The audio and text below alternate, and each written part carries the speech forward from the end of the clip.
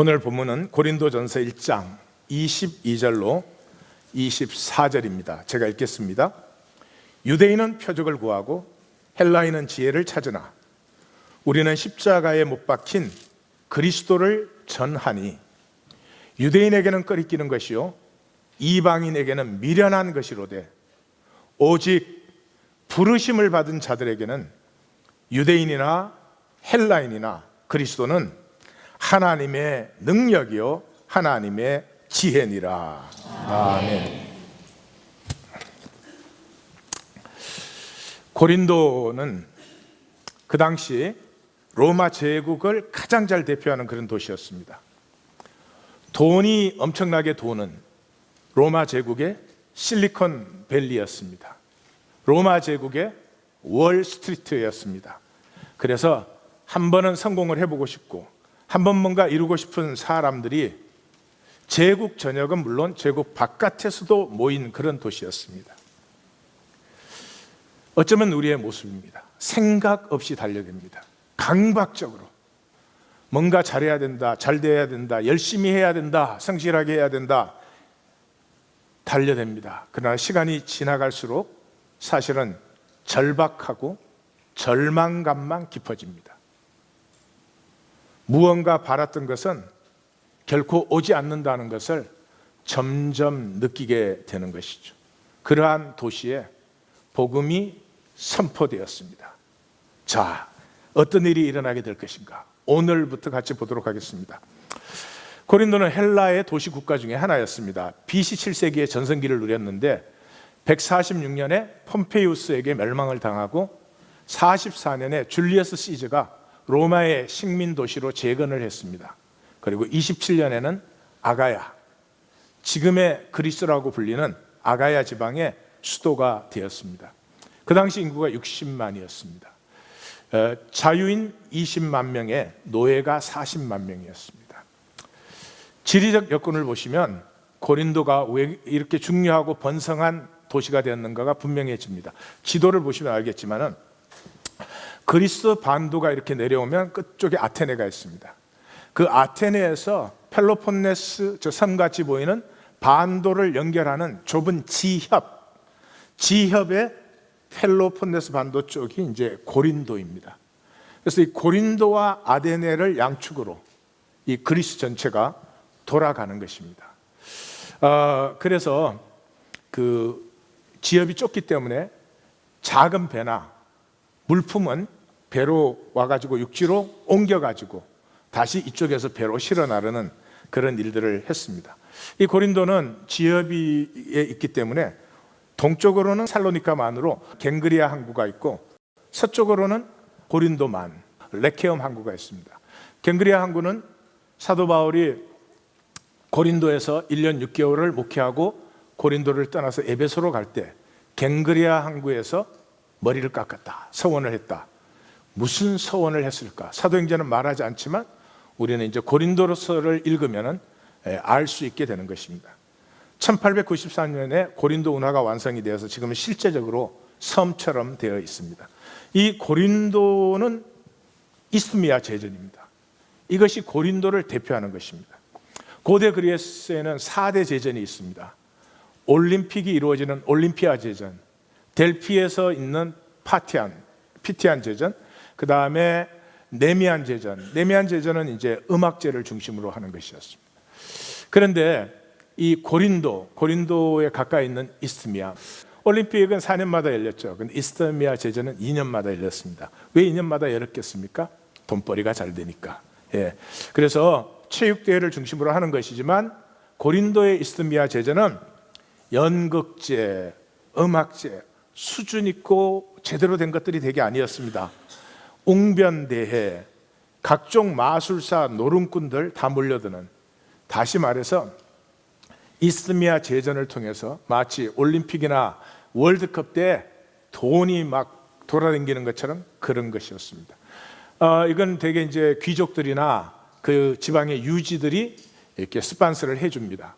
물론 해준 다음에는 이제 이게 장사가 저절로 돌아가는 것인데 그 사람들이 후원하는 이유는 그러고 나서 이제 선거에 참여하기도 하고 가문의 명예를 얻어요. 서민들은 이때는 술과 고기를 마음껏 먹을 수 있습니다. 그런 그 이스트미아 제전, 이 제전 때에는 사방각지에서 사람이 모여서 60만 명의 고린도가 200만 명 이상이 모였다고 적고 있습니다. 그러니까 뭐 엄청난 일이죠. 자, 고린도의 특징, 그러면 두 가지입니다. 첫 번째, 성적 문란입니다. 이 항구 도시인데 로마의 중심 항구 아닙니까? 그래서 선원들이 어떻게 해요? 선원들은 되게 젊은 남자들이죠. 그 뱃일은 나이 들면 힘들죠. 그 젊은 남자들이 몇 년 몇 달을 바다에 있다가 항구에 들어오면 찾는 게 두 가지죠. 여자와 술입니다. 거기에다가 이 선원들은 요즘은 좀 다르지만 옛날 제가 자라나는 시간까지도 선원들은 내일이 없었습니다. 바다로 나가면 돌아오는 것이고 날씨를 잘못 만나면 못 돌아오는 것이었습니다. 저는 바닷가에 자라나면서 여러 번 봤습니다. 이 선원들은 그래서 내일이 없습니다. 그래서 돈을 벌면 버는 대로 다 써버립니다. 그래서 이 고린도는 하여튼 돈, 술, 여자가 뭐 홍수처럼 범람하는 그런 도시여서 성적으로 굉장히 문란했습니다. 그래서 바다의 신인 포세이돈, 멜리케르테스, 여기다 바다의 신, 그 다음에 그 생산의 여신인 아프로디테, 이런 신전들을 가지고 그 신전마다 신전 창녀들이 뭐 많았죠. 그래서 그 당시 말이 이디움, 수거가 있었습니다. 고린도인 같아, 이 말은 성적으로 문란하다, 그런 말이었어요. 영국이 술주정뱅이를 할 때는 고린도 모자를 썼어요. 왜냐 그러면 고린도 사람들은 항상 술에 취해 있으니까. 그래서 다인종, 다문화, 다종교, 제국 안가 밖에서 모인 자리. 자, 이러면 인간은 그렇게 육적으로 방탕하고 가치 없게 살면은 그냥 그대로 살지를 못합니다. 인간은 하나님의 형상으로 창조되어서 그럼에도 불구하고 뭔가 의미가 있고 그럼에도 불구하고 뭔가 가치가 있고 싶어하는 마음을 어쩔 수가 없습니다. 그래서 고린도의 두 번째 특징은 지혜와 지식이었습니다. 많은 돈이 몰리니까 이 엉터리 수사학자들이, 지금으로 말하면 이제 그 당시 수사학이라는 게 대학이에요. 많은 수사학자들이 여기 몰려들어가지고 엄청나게 학교들을 많이 만들었습니다. 뭐 로마 제국을 윤리적으로 건강하고 정말 모든 사람들이 함께 평화롭게 사는 그런 제국으로 만들자, 그런 게 아니고 돈 벌려고 몰려든 사람들이죠. 그래서 이 궤변가들이 많았기 때문에 이 말을 잘하면 그 당시 수거가 고린도인 같이 말한다 그랬습니다. 그 어떻게 보면 지금 기독교와 똑같은 거죠. 예? 세상 사람들이 기독교인을 볼 때 입만 살아있는 사람. 그래서 저는 그런 농담도 있죠. 뭐 배 타고 가다가 빠졌는데, 기독교인들이 빠졌는데 입만 동동동 떠 있다고. 네. 자, 고린도 교회로 들어갑니다. 고린도 교회는 다수의 하층민과 소수의 부유층으로 이루어져 있습니다. 고린도서 들어가면은 잘 보게 될 것입니다. 바울이 개척하고 아볼로와 베드로가 사역한 그런 교회입니다.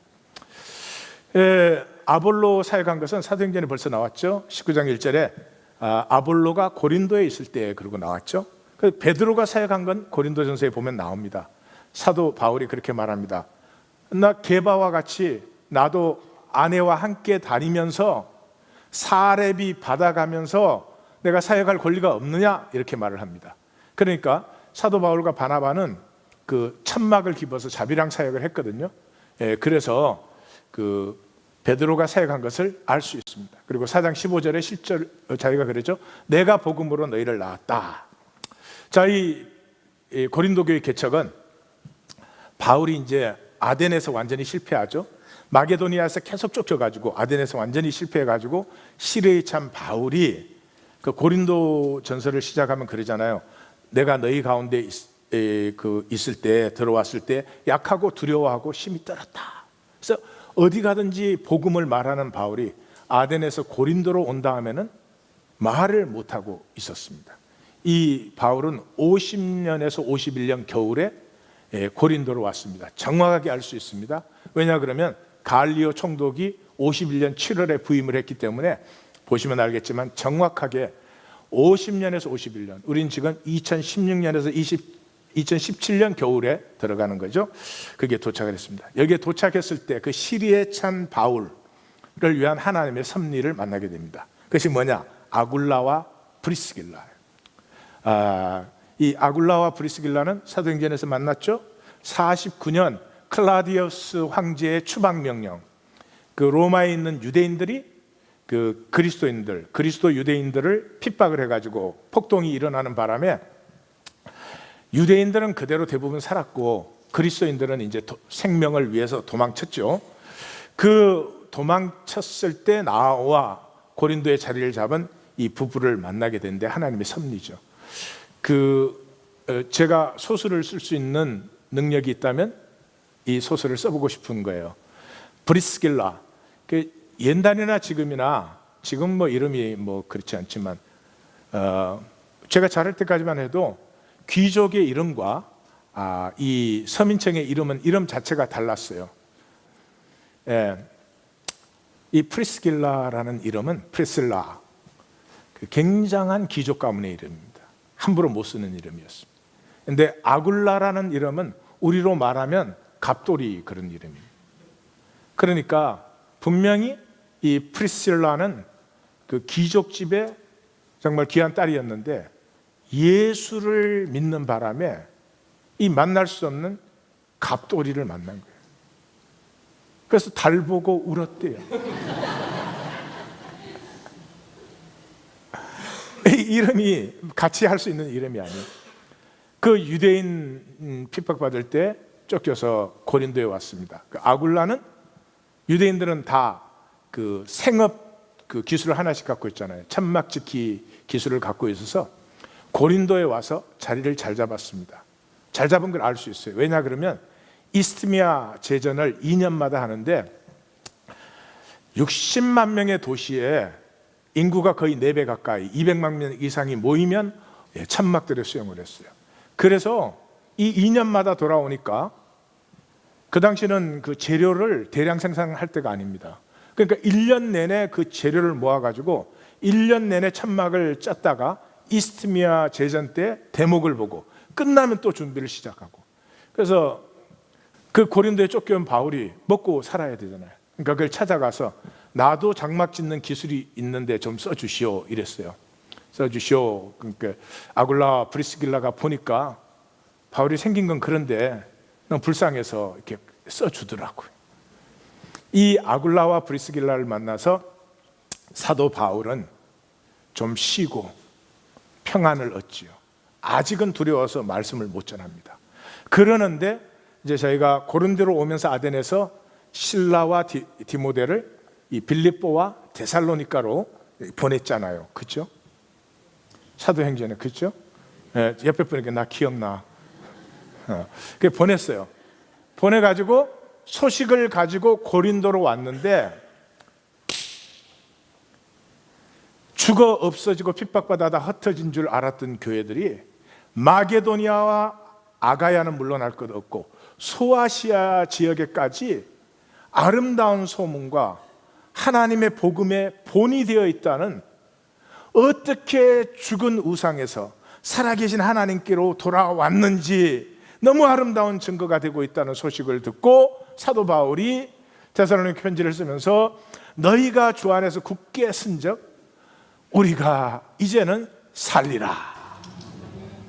자, 그렇게 했는데 이 디모데와 실라의 소식을 듣고 사도 바울이 새롭게 힘을 얻어가지고 이제 말씀을 가르칩니다. 말씀을 가르치는데 여기서 이제 역사가 일어납니다. 안식일마다 바울이 회당에서 강론하고 유대인들과 헬라인을 권면하니라. 근데 그 앞에 한 번만 더 갑시다. 앞쪽으로. 그렇죠. 저기에 실라와 디모데가 마게도니아로부터 내려온 바울이 하나님의 말씀에 붙잡혔다 그랬어요. 말씀에 붙잡혔다 그랬어요. 그리고 사도 바울이 언제는 말씀에 안 붙잡혔어요? 이게 무슨 말이냐? 그게 바로 강론이 시작됐다. 디알레고마이. 기억나시죠? 네, 바울이 레고를 잘했다. 그건 다 기억하시죠? 그죠? 디알레고마이. 네. 그래서 사도 바울이 여기까지는 한 달 이상 목회한 데가 없잖아요. 뭐 2안식일, 3안식일 그랬어요. 왜냐 그러면 복음만 전거했어요. 자기는 구약의 대가잖아요. 구약을 자세히 아는 사람인데 그 죽음에서 부활한 나사렛 예수, 나는 내가 핍박하는 예수라, 그걸 딱 듣는 순간에 구약이 다 풀려버렸어요.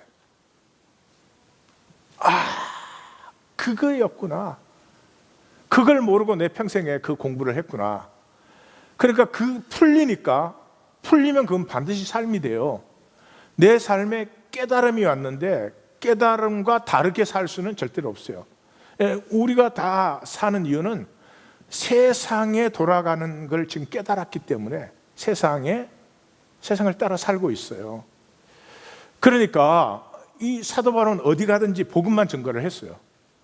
그럼 다 살 줄 알았어요. 그런데 이 고린도에 와서 드디어 본 거예요. 고린도는 온갖 이방인들, 그리고 유대인들이라고 하지만 이미 세속화된, 로마화된, 이 종교화된 유대인들이에요. 그러니까 복음을 전해줬는데 복음은 그 뭐다 이해를 하는데 복음을 삶에 적용은 전혀 못하는 거예요. 왜냐 그러면 이 복음을 받는 그 사람의 삶의 가치관이 복음의 그릇이 못 되고 있기 때문에, 그러니까 삶 따로 복음 따로 이렇게 되어 있는 거죠. 그래서 여기서 비로소 이 복음을 받는 그릇을 만드는 거죠. 가치관을 이렇게 만드는 작업이 시작된 것을 디아레고마이. 예. 그래서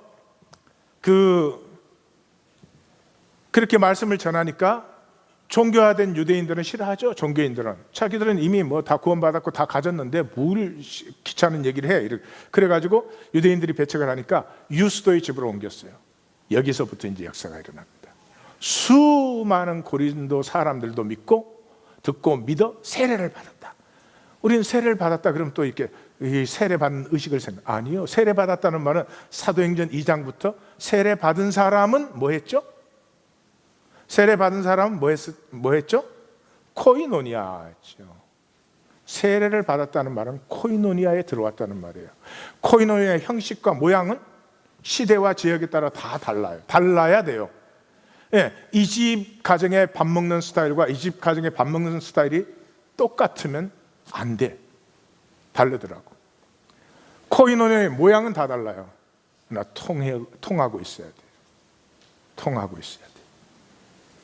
여러분, 사람의 가슴이 통할 때 가장 위대한 역사가 일어나는 것입니다. 속지 마십시오. 나 혼자 딱 단절돼 가지고 내 거 지키다가는 삶이 무엇인지도 알지도 못하고 가버리는 것입니다. 기억하십시오. 가장 위대한 능력은 하나님의 형상으로 지음받은 사람의 가슴이 통하기 시작할 때, 이것이 진리로 통하기 시작할 때 예수의 혁명이 일어나는 거죠. 그래서 그 역사가 일어날 때 환상을 만나죠. 환상을 만나서 뭐라 그래요? 두려워하지 말라, 침묵하지 말라. 이 성 중에 내 백성이만. 이 성은 그러므로 로마 제국을 얘기하는 거죠. 그래서 이제 이 갈리오가 부임을 했는데, 부임을 하니까 이제 유대인들이 꼴 보기 싫죠. 우리가 배척했는데 막 이방인들이 저기 모여가지고 막 자기네들보다 더 세력이 커지니까, 그래가지고 갈리오한테 고소를 했죠. 근데 갈리오는 이미 로마에서 다 듣고 알았잖아요. 그래서 야, 너네끼리 그런 거 갖고 싸우려면 너네끼리 싸워. 나한테 갖고 오지 마. 한 번 더 갖고 오면 너네가 혼날 줄 알아. 이렇게 얘기를 했어요. 네. 사도행전에. 네. 그래서 사도 바울은 52년 봄에 에베소로 떠나게 됩니다. 자, 이 고린도 교회는 이미 읽으신 분은 만났겠지만 모든 문제를 다 갖고 있는 교회였습니다. 바로 오늘의 기독교 같은 문제였어요. 그 모든 문제들의 뿌리는 하나였습니다. 이원론이라고 하는 뿌리. 그러니까 사도 바울의 디알레고마이는 이원론적 세상 사고를 하고 있는 사람을 성경적인 이론론적 가치 체계로 바꿔주는 것이죠. 그것을 목회라고 할 수도 있을 것입니다. 그래서 성경은 이론론이어서 읽으면 좀 이상해요. 사탄이 어디나 하나님의 아들이야. 하나님의 작전 참모야, 회의에. 근데 어디에 읽으면 또 하나님의 원수처럼 나타나. 왜 이러냐? 이러한 논이니까. 그게 무슨 말이냐? 첫째, 창조에서 완성을 얘기하죠. 창조 때는 하나님밖에 없죠. 하나님밖에 없다, 이 말은 우리말로 보시면 본질뿐이에요. 이제 현상 세계가 나타났는데 이 현상은 아직까지 가능성으로만 있어요. 가능성으로만 있는데 하나님은 인격이시잖아요. 하나님이 인격이시잖아요. 하나님의 인격은 선과 사랑이에요. 인격과 사랑의 특징은 나타내고 싶어요. 예, 애를 보면 이렇게 나도 모르게 뽀뽀뽀를 하고 싶고 이쁘고 그렇지, 애를 이렇게 딱 보고 저기 애다, 이뻐해야 되는데 그럼 지금부터 뽀뽀뽀를 하자. 이런 분은 교회로 오지 마시고 저쪽으로 가셔야 됩니다. 이게 나타나는 게 자연스러워요. 근데 그게 하나님에게 있어서는 그렇게 간단하지가 않아요. 이하권위를 나타나게 하는데, 하나님 가슴 속에 있던 이하권위를 나타나게 하는데 이하권위가 이하권위로 독립돼야 돼요. 이게 끊임없이 나한테 종속돼 가지고 나를 사랑하고 뭐 나를 예배하고 내 말씀을 막 전가한다고 떠들어 봐야 아무 소용이 없어. 이하권위가 이하권위로서 하나님과 아무 상관없이 이하권위가 됐는데, 그 이하권위가 자원함으로 하나님과 하나가 되고 하나님과 연결되고 하나님께 예배하고 하나님 말씀을 전하고 그러기를 원한다, 이 말이죠. 예, 여기에 내어주심이 그러므로 절대 필요가 됩니다. 내려가서 볼 거예요. 자, 그러므로 이 전체에서 가장 중요한 것은 하나님뿐이에요. 실제는 하나님뿐이에요. 만물이 하나님에게서 나왔어요. No 하나님, no nothing. 하나님이 없으면 아무것도 없는 거죠. 자, 그런데 이 현상은 이미 나왔잖아요. 이 현상이 나왔는데 이 현상 세계가 마감될 때에는 복음서가 말하는 건 나뉜다는 거죠. 뭘로 나뉘어요? 이 본질과 하나 된 현상과 본질과 단절된 현상, 그렇게 나뉜다는 거예요. 본질과 단절된 현상은 껍질만 남는 거죠. 이렇게 한번 생각을 해봐요. 남편이 아내하고 살아. 근데 아내가 그냥 뭐 밥 해주고 살림하고 애 기르고 그거야. 기능밖에 없어.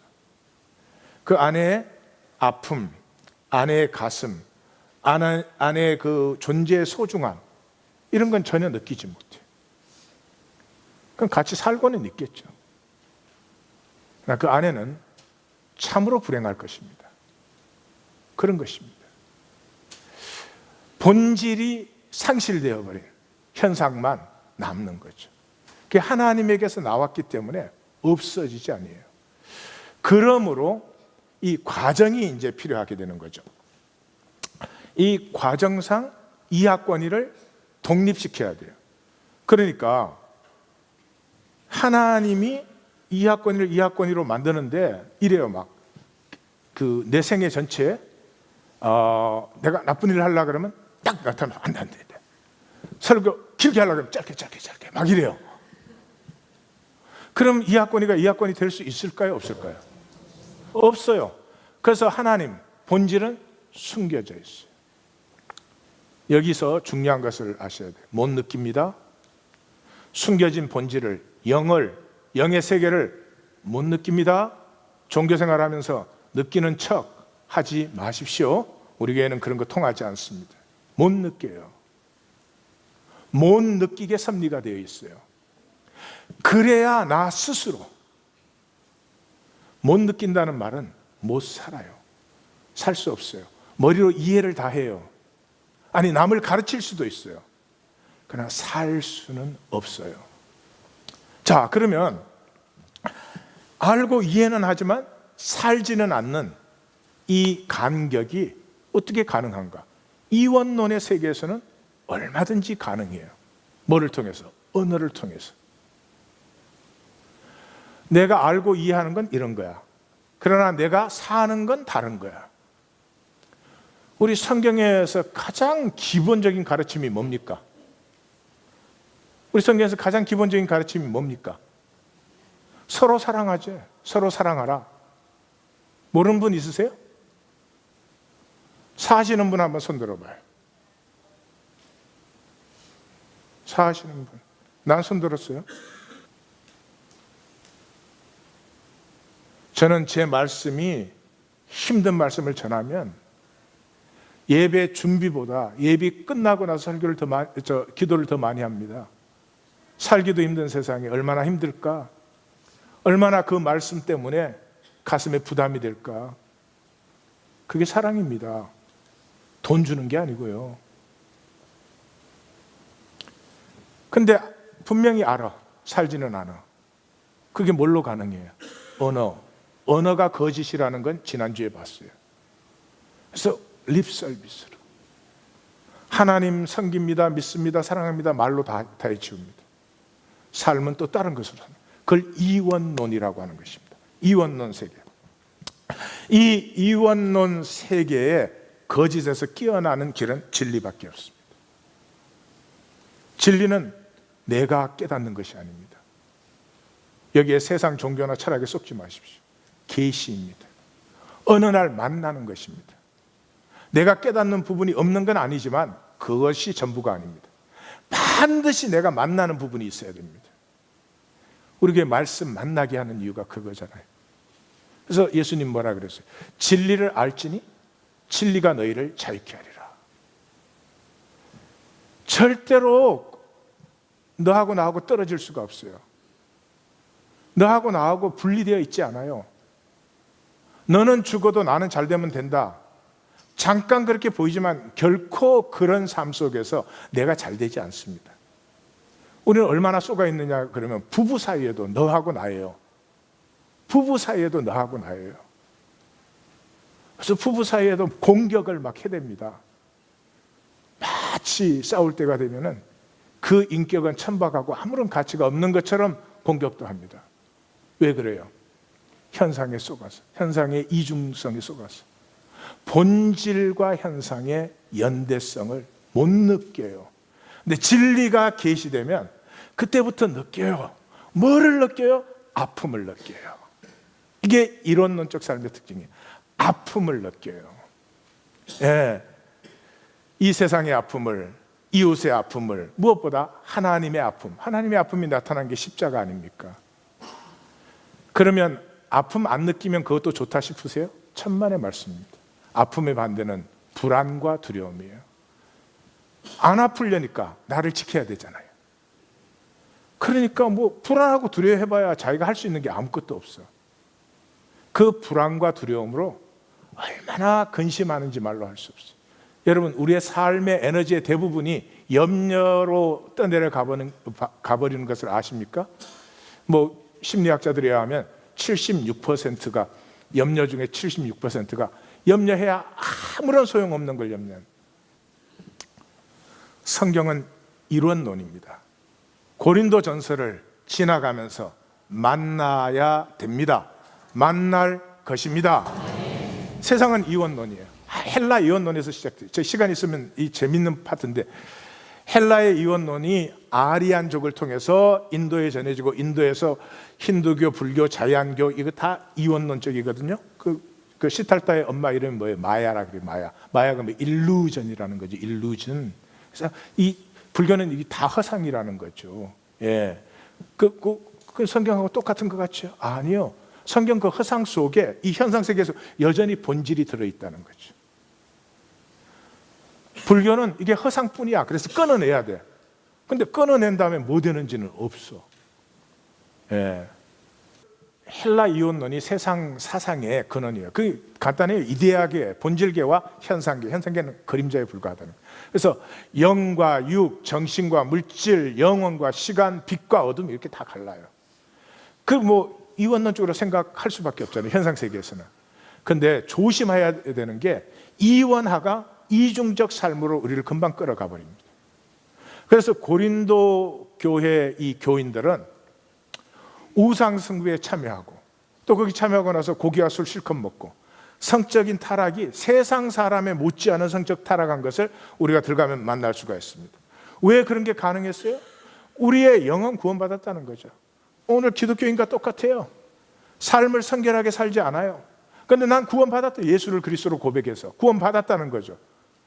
그야 자기가 만든 자기 구원이지. 그러니까 무슨 능력이 있어요? 무슨 권세가 있어요? 그것이 그 사람을 행복하게 해줘요? 행복하게 안 해줘요. 열등의식, 작은 열등의식 하나에서도 자유롭게 못 해주는 것이죠. 그러나 고린도 교인들 다 그렇게 했어요. 그래서 이 고린도 교회 상태는 영적으로, 교회라고 아직은 불러서는 안 되겠죠, 영적으로 유치한 상태였습니다. 그래서 사도 바울이 그렇게 말하죠. 내가 너희에게 가면은 너희 그 교만한 말이 아니라 능력이 있는지 알아보겠다. 하나님 나라는 말에 있지 않아. 능력에 있어. 그리고 뒤에 가서는 그러죠. 너희만 하나님 말씀 들었냐? 너희만 하나님 말씀. 이 교리를 알고 막 설명을 해야 되는 걸 말씀을 안다고 생각하는 거죠. 그래서 너희 중에 누구든지 말씀 전하는 자나 신령한 자로 생각되거든 내가 쓰는 편지가 주의 명령이야. 그러고 적습니다. 우리도 이걸 시작하는 이유가 뭐예요?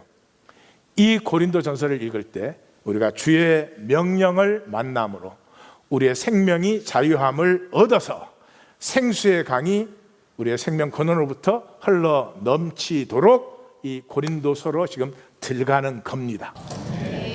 자, 그래서 시작에서는 그러죠. 야, 너희 너무 유치하다. 너희 너무, 솔직히 우리 유치하지 않습니까? 하나님 하면서 아무것도 아닌 것에서 삐끼고 아이고, 교회 안에서조차 내가 나름으로 당당하지 못하면서 유치해서 어린아이를 대한같이 내가 그렇게 대한다. 그리고 사장에 가서는 이제 비꼬죠. 너희가 이미 배부르다 말은 이미 신적 생명으로 충만하다 이 말이에요. 이미 풍성하며 우리 없이도 왕되었구나. 그래? 영은 구원 받았으니 육은 어떻게 살아도 천국 들어가. 지금 기독교죠. 예수 믿는다 그랬으니 구원 받았으니까 어떻게 살아도 천국 들어가. 그런 건 성경 없어요. 있어서도 안 되고 있을 수도 없는 일이에요. 너희가 왕되었도다 그러니까 그래, 우리도 좀 너희하고 왕노릇하게 너희가 진짜 왕이 되었으면 좋겠다. 그러니까 사도 바울도 꼬더라. 얼마나 은혜스러운 본문이에요. 나만 아니고. 옆에 얘기하세요. 지 꼬는 거하고 사도 바울이 꼬는 거하고 같아? 예, 그렇게 인사를 하십시오. 그래 가지고 이 고린도 교회 안에는 끼리끼리야. 다 끼리끼리야. 이제 육은 어떻게 살아도 영은 이미 구원받은 거야. 이건 아볼로한테 아볼로 성령을 몰랐죠. 이 열광파들. 그래가지고 다른 사람은 이 사람들을 방탕자라고 그렇게 이제 불렀어요. 그 열광파들이 그러니까 이게 또 그게 보기 싫은 사람들이 또 당연히 생기지. 그래서 금욕파가 생겼어요. 이 사람들은 이제 베드로에게 영향을 받은 사람들이에요. 예, 베드로와 함께 유대인 쪽 사람들이죠. 그 다른 사람들은 이 사람들 또 약한 자들, 자식들 자유하지 못하고 우상 제물 고기 주면 먹으면 되지 삼겹살 하나님 맛을 몰라서 그래 이런 거. 예. 그러니까 또 이제 그 중에서는 이쪽도 저쪽도 싫어서 야, 그래도 바울이 우리 목회자 아니냐? 그래, 바울파도 생기고 다 꼴보기 싫다 그리스도파도 생기고 그랬어요. 오늘 친교 시간에 나누겠어요. 각각 결정을 하세요. 어느 파가 될 건지. 이 모든 것은 한마디로 하나임, 일원론. 우리는 처음부터 하나님과 하나였어요. 만물과 하나예요. 결국 하나로 돌아가요. 그거에 대한 의식의 부재예요. 여러분, 성령과 세례가 왜 임하고 받습니까? 딱 한 가지 목적이에요. 하나됨의 회복이죠. 같은 영을 받았으면 한 몸이 되는 거죠. 성령 받았다 그러는데 하나됨이 없으면 그건 정말 곤란한 일입니다. 세례 기독교 의식이 아닙니다. 다시 그리스도의 머리의 지체로 연합되는 거죠. 근데 그것 없이, 그래서 대표적인 게 주의 만찬에서 나타나죠. 부자들은 음식을 잔뜩 싸와서 일찍 와요. 그리고 굉장히 많이 먹고 또 잔은 너무 많이 마셔가지고 취해가지고.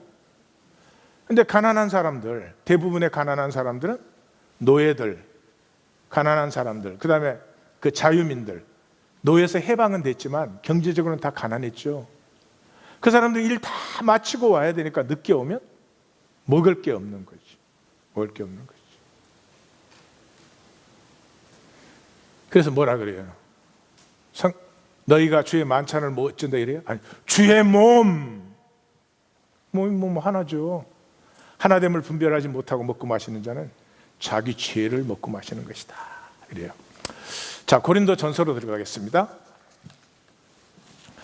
고린도전서 이 편지를 쓰게 된 동기가 있죠. 고린도전서를 왜 쓰게 됐는가? 동기가 두 가지입니다.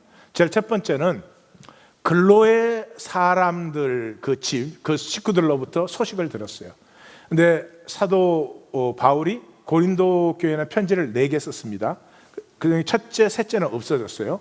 그래서 첫 번째 쓴 편지를 오해했다. 그 오해가 뭔지 보겠어요. 그 다음에 파벌들이 있다. 그 다음에 음행, 심지어 법정에서 싸운다. 이런 소식을 들어서 거기에 대해서 적은 것이 1장에서 6장까지예요. 그 다음에 그래서 첫 번째 편지를 보면은 5장 9절에 내가 너에게 쓴 편지, 지금 고린도 전서인데 너에게 쓴 편지, 그러니까 앞에 쓴 편지가 있죠. 그 음행하는 자, 우상숭배하는 자와 사귀지 말라고 하였는데 그 우리도 지금 똑같이 읽을 거예요. 저 사귀지 말라가 뭔 것 같아요? 코이노니아입니다.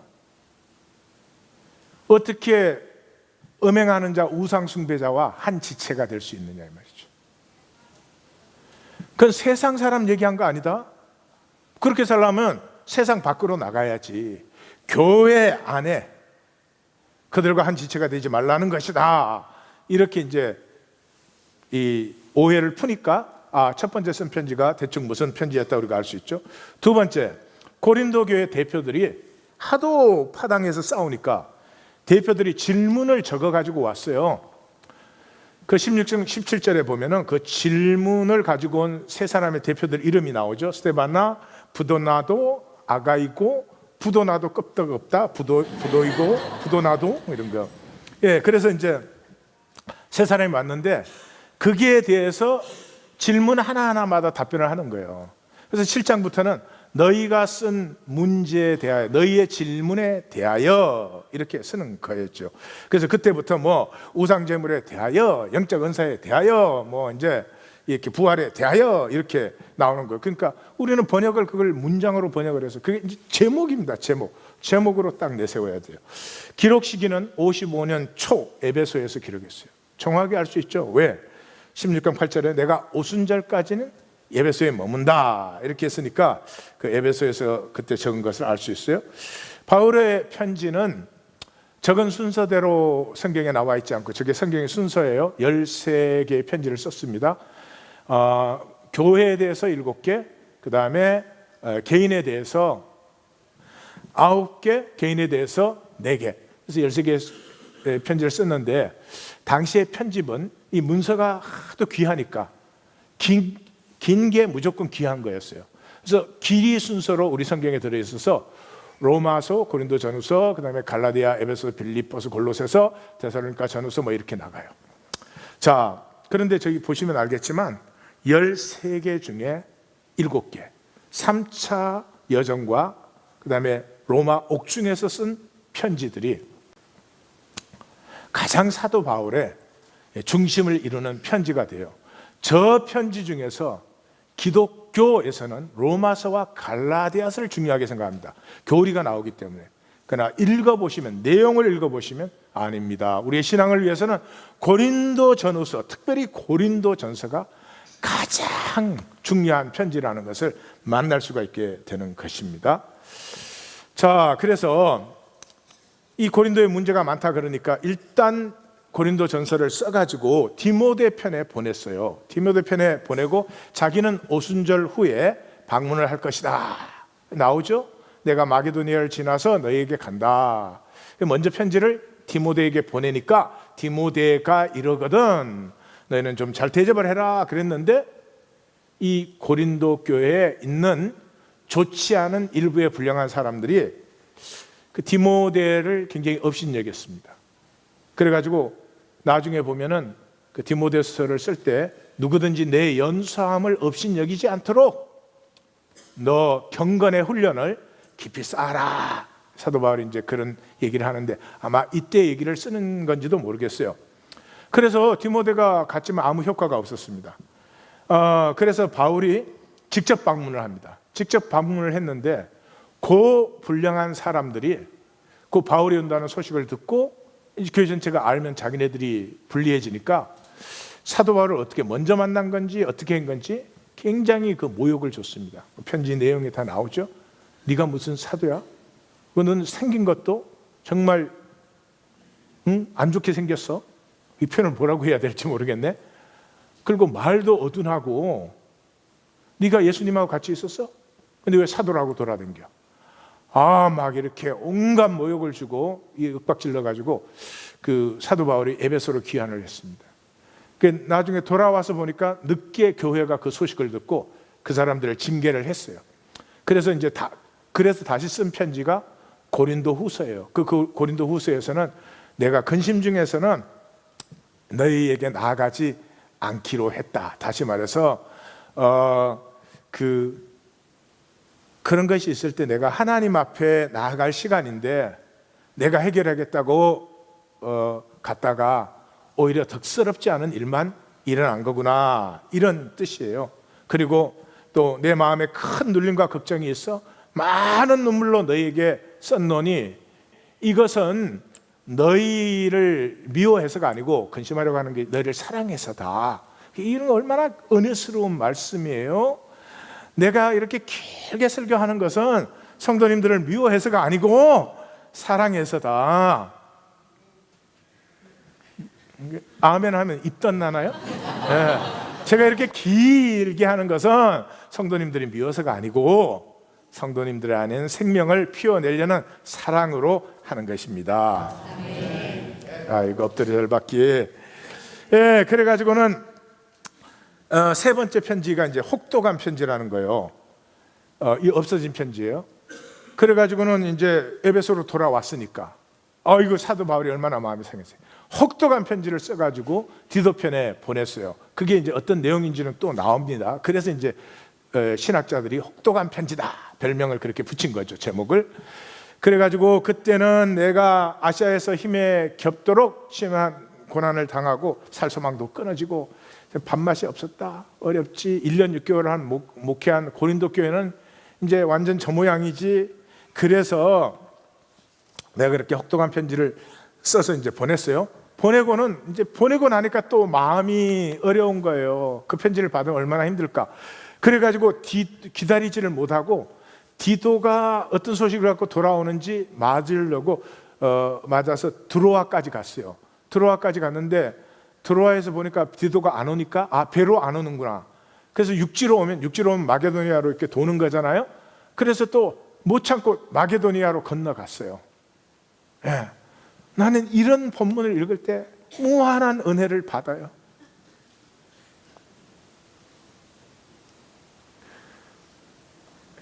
알아듣고도 표정이 똑같은 겁니까? 신기한 사람들이에요. 그래서 그 디도를 만났어요. 디도를 만났는데 그 불량한 사람들을 교회가 징계를 하고 그 문제를 처리하고 우리 사도 바울의 뜻을 따라 우리가 신앙생활을 새롭게 하자, 이렇게 공동의회를 했대요. 그래서 거기에 다시 쓴 네 번째 편지가 고린도후서예요. 그래서 너희로 말미암아 위로를 받았다. 우리는 위로 위에 기쁨도 받았다. 그래서 우리의 마음이 이제 편하고 안심한다. 그래서 위로라는 단어가 가장 많이 나오는 편지가 고린도후서인 것입니다. 살아 계십니까? 네. 그 위로가 가장 많이 나오는 이 편지가 고린도후서인 것입니다. 여러분들에게 하나님의 위로가 충만하기를 원해요. 자, 결론을 내립니다. 결론 내린다고 짧은 건 아니요. 이 고린도서에서 핵심은 뭐냐? 이중적 삶에서 돌이키라는 거죠. 다시 말해서 내 안에 있는 본질, 생명을 피워라. 여러분, 성경에서 가장 중요한 것이 뭐예요? 신명기 6장 쉐마 아니에요. 쉐마가 뭐예요? 이스라엘아 들어라. 우리 하나님은 오직 유일한 하나님이다. 하나님 한 분밖에 없어요. 하나님 없으면 아무것도 없어요. 만물이 하나님이에요. 그러므로 마음을 다하고 뜻을 다하고 힘을 다하고 나 전체로 하나님을 사랑하라. 이게 성경의 중심이에요. 근데 우리는 어떻게 해요? 하나님도 좀 사랑하고, 아니 하나님 사랑하는 건 여유 되면, 시간 되면. 그런데 언제 여유와 시간이 되나? 근데 아무런 거기에 대해서 의식이 없어요. 그러셔도 되는데 의식이 없다.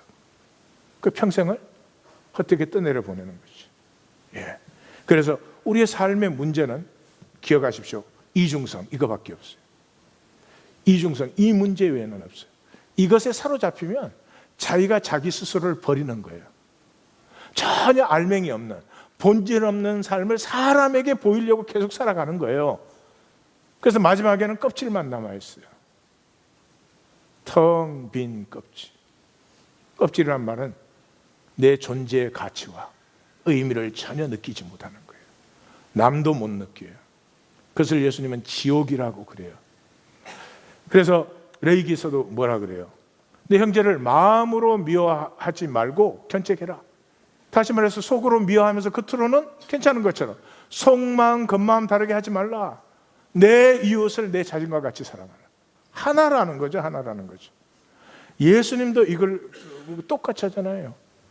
우리 주 하나님은 유일한 주 하나님밖에 없어. 제가 좀 하나 더 붙이죠. 마음을 다하고 목숨을 다하고 뜻을 다하고 힘을 다해서, 그리고 내 자신을 내 이웃같이. 하나님과 이웃과 하나일 뿐이죠. 어리석은 사람은 너가 있고 내가 있는 줄 알아요. 어리석은 사람은 하나님이 있고 또 자기가 있는 줄 알아요. 그래서 열심히 자기를 만듭니다. 자기를 만들므로 자기를 버리는 것이죠. 성경은 이 세상에 어떤 사상, 어떤 철학에서도 유일한 이론론의 책은 성경밖에 없습니다. 악은 실제가 아니고 섭리를 이루는 과정이에요. 지나면 사라져요. 거품처럼. 지나고 나면 사라져요. 다른 현상이 이렇게 변형이었지 그게 실제하는 게 아니었다. 그래서 이 성경의 복음을 만나면 하나가 돼요. 그래서 십자가는 하나 되게 하는 거죠. 여러분, 내가 두 마음 가진 거 아시죠? 다. 근데 우리는 꼭 한 마음 있는 것처럼 살아요. 우린 두 마음을 가졌습니다. 내가 나와 갈라져 있어요. 괴롭고 힘들고 열매가 없습니다. 우리됨, 나와 너 갈라서 살아요. 그래서 뭐라고요? 십자가로 한 몸을 이루게 하셨다. 화목하게 하셨다. 모든 원수된 것을 십자가로 소멸했다. 그리고 잘 들으십시오. 야고보서 두 마음을 품어 모든 일에 정함이 없는 자로다. 이런 사람은 무엇을 주께 얻기를 생각하지도 말라. 두 마음으로 하신 것이 열매를 맺는 것 같이 보이죠. 그죠? 두 마음으로 하신 것이 뭔가를 지킨 것으로 보이시죠? 천만의 말씀입니다. 천만의 말씀입니다. 우리 성도님들 썩지 않으시기를 주의 이름으로 축원합니다. 내 평생에 남는 것은 하나로, 마음을 다하고 뜻을 다하고 힘을 다해서. 그렇게 하면 꼭 종교적 같이 아니죠. 내 진실로 한 것은 영원해요. 그래서 고린도서는 들어가면서부터 그러잖아요. 십자가의 도가 멸망하는 자들에게는 미련한 것이 구원을 받는 우리에게는 하나님의 능력이다. 유대인은 표적을 구하고 헬라인은 지혜를 찾으나 우리는 십자가에 못 박힌 그리스도만을 전한다. 왜? 그 그리스도 안에서 하나됨이 일어나니까. 하나 된다는 말은 통이 복입니다. 통이 복입니다. 하나님과 내가 통하는 것, 가족과 내가 통하는 것, 자녀와 부모가 통하는 것, 예, 그것이 복이에요. 통하면 어떻게 돼요? 반드시 나눔이 일어나죠. 예, 나눔이 일어나죠.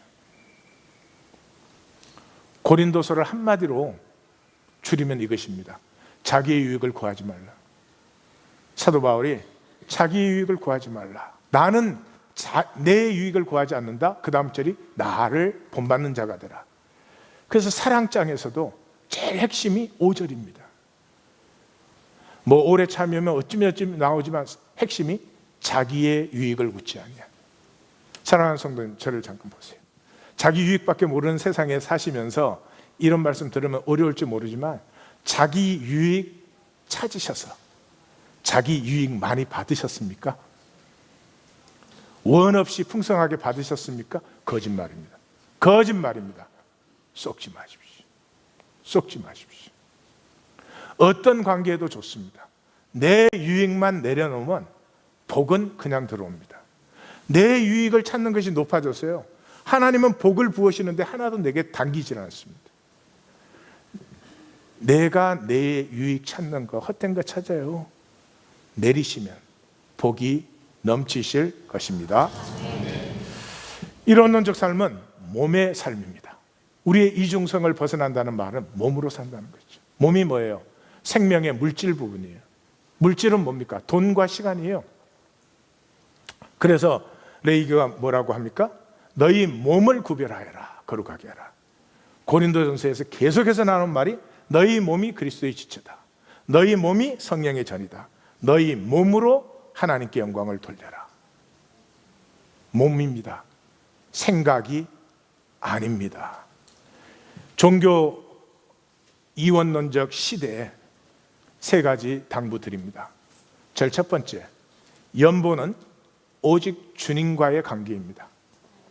자, 힘드신 얘기지만 저를 보십시오. 오늘부터 걷는 것이니까 저를 보십시오. 하나님 교회에 연보 올리려고 이런 소리 하지 않습니다. 이 설교가 온 세상에 다 나갑니다. 이 시대 기독교를 향해서 저는 말하고 싶습니다. 연보는 오직 주님과의 관계입니다. 여유 있어서 기부 아닙니다. 내 정성 들이는 것 아닙니다. 이 교회에서 내 체면 세우는 것 아닙니다. 이것 들여서 복 받자는 것 아닙니다. 주님과의 관계입니다. 관계는 몸으로 되지 않으면 관계 아닙니다. 두 번째, 돈과 시간이 삶의 진실입니다. 내가 어떤 사람이냐 알고 싶으시면 내 돈과 시간 어디에 쓰는지 보시면 됩니다. 예, 이 이원론적 이중성의 시대에 스스로를 속이시면 안 됩니다. 세 번째, 생명의 복은 주님과의 관계로만 옵니다. 내 돈과 시간이 관계성을 결정하는 것입니다. 이제 저를 다 또 봐주십시오. 눈을 못 뜨시네요. 어쩌면 이 얘기는 기독교인들에게는 듣기 싫은 얘기, 들을 수 없는 얘기인지 모르겠습니다.